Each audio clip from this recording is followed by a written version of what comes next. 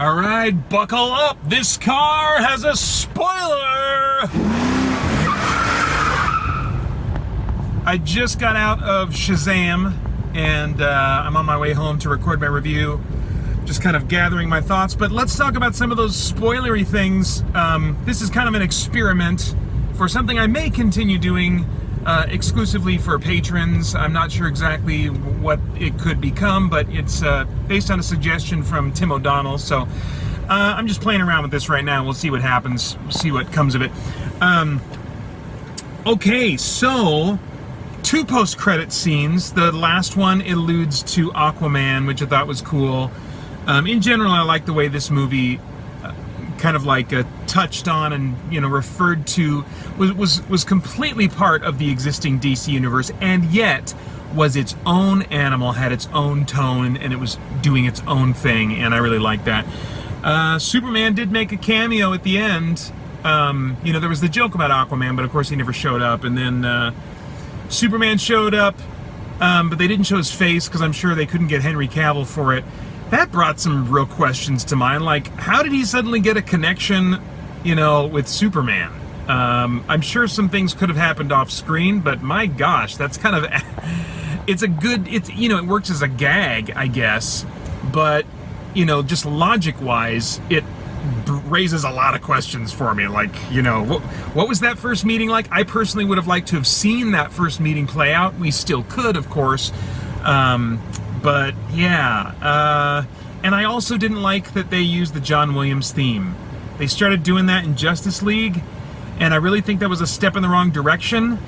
It felt like desperation. It felt like total insecurity on the part of whoever's making decisions at DC. Like, okay, we understand some people didn't like Man of Steel, or more than that, we understand some people didn't like, Dawn of Justice, and we don't know what to do. Hey, people used to like those Christopher Reeve Superman movies. Let's revert back to nostalgia, And I really thought that the theme for Superman, created by Hans Zimmer for Man of Steel, and used again in Dawn of Justice, was really great, really great.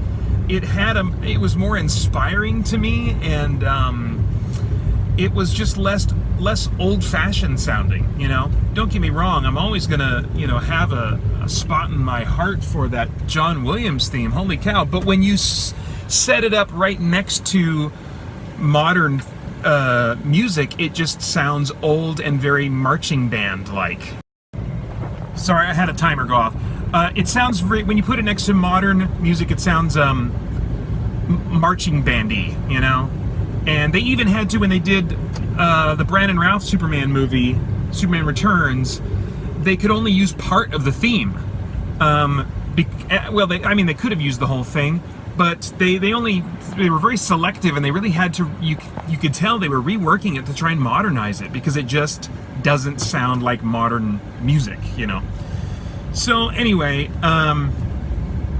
what else? Oh man, so we got the whole Marvel family. I mean, I don't know what to call them. Do we call them the Shazam family? I mean, since DC changed Captain Marvel's name to Shazam and just kind of basically gave in, I guess they felt they had to the Marvel copyright issue, even though, for those who don't know, this character was called Captain Marvel long before there ever was a Marvel Captain Marvel. It's all has to do with copyright law. The copyright lapsed on the original character, and Marvel started using their own character named Captain Marvel, but it wasn't DC's Captain Marvel, but this Captain Marvel, the Billy Batson Captain Marvel, existed long before the Marvel version. But they had to change the name to Shazam. Anyway, in the original version, Captain Marvel had this family of Marvel characters. Freddy, what's-his-dude, became Captain Marvel Jr., and there was also like a Uncle Marvel or something, and I don't know. But the other one that's most well-known is Mary Marvel. And I would say Mary Marvel and Captain Marvel Jr. were the 2 characters that got the most attention in DC Comics, over the years. Because the Uncle Marvel, or whatever the crap he was kind of old and overweight and kind of a comical character, I think. That's something that's, really true of a lot of the Captain Marvel family continuity, both heroes and villains. They're a little more Saturday morning-y, Saturday morning-like, you know? Like you've got in that spoiler scene at the end, you got the Caterpillar villain who can talk using, I guess, some kind of an electronic voice box or something, but that character's called Mr. Mind, which I had to refresh my memory and Google that on my phone to remember, you know, who is this guy again? I know is it something, I thought maybe it was Mr. Mind, but I couldn't remember. Anyway, so he's probably going to be in the next movie, but I think there's also like anthropomorphic talking animals that are part of, you know, Captain Marvel's supporting cast, and I'm going to have a hard time not calling him Captain Marvel, guys, so I apologize if that gets confusing, but anyway, so I don't know what I'm going to think of going forward. I personally, you know, from what I understand, Jeff Johns, when he kind of rebooted the character in the New 52, really played up the idea that this is a kid in an adult's body. And I like that move. But I wish that some other things would have kind of gotten, I guess, modernized or made cool or made interesting. I don't know. There was something about that caterpillar. I don't know. I don't know how I'm going to adjust to that. This movie, you know, feels a bit like some of the sillier side of the Marvel movies, and as I'll mention probably in my review, which you maybe have seen by now, it was more hits, more laughs out of me than typical, because it's not just like wisecracking, you know, type humor. It's humor that comes out of who the characters are, and in this case, Captain Marvel / Shazam is basically a kid in an adult's body, and so the humor came out of that specific thing, you know. He wasn't just giving wisecracks like, you know, that could be handed to any other character. He's funny because of the premise of kid in an adult superhero body, you know. But anyway, we had the whole Captain Marvel family, Shazam family, whatever they're going to call themselves. We still don't know what Shazam is going to call himself. I guess at the end he did say to the other foster kids to help them transform, say my name, and it was a great gag for them to say Billy. I love that.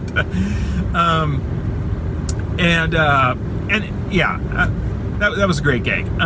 But no, you know, Shazam is like his name. So when he introduces himself to other heroes in the DC universe, that's going to be potentially tricky. He's going to have to bring around a little sign in his pocket or something, you know, so he can say, "Oh, hi, I'm," and then hold up a sign or something. I don't know how that's going to work, or maybe it will just be a running gag that people are not really sure quite what to call him. That would be fine too, you know. You know, I think they made something of that in this movie by not ever like really landing, except arguably at the end, on like a name for him to be known as, you know. But here's my big question about the whole Marvel family, Shazam family. Mary Marvel remained the same actress when she changed into her, you know, Shazam form. And that says to me that all of these transformed people, Billy and Freddy, are supposed to be transforming into what they will look like as an adult. But the casting in this movie has Billy pretty old compared to what he typically is. Freddy, I think, is about right. Freddy is, in the comics, he's been like a teenager. And for some reason, when he changes into Captain Marvel Jr., he remains the same age. He's just not, you know, he doesn't have any disabilities anymore. Which I gotta say, that was a moving moment for me, because after that scene where Freddy was like talking about, you know, of course I would love to be you. You know, look at my life, look, you know, nobody wants to get to know me, you know, or they all feel sorry for me, you know. I thought that was a great moment. And it was an example of how this movie had some heart in some ways that I was hoping for. I knew it wasn't going to be dark and heavy, but I just wanted it to have some emotional heart. And I think it missed big time some opportunities for that, but that was a good moment with Freddy there. Anyway, I'm rabbit trailing all over the place.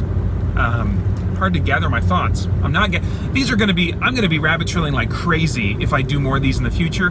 When I do my uncut review, at least I spend the car ride home gathering my thoughts, and then I put them in some kind of a structured form, you know, in my notes before I start recording. So don't count on this to, you know, make much sense at all. Anyway, but when Freddy transformed, he transformed into a, you know, young 20-something adult. What's going to happen if this is a successful franchise and they make these movies 3 years apart from each other?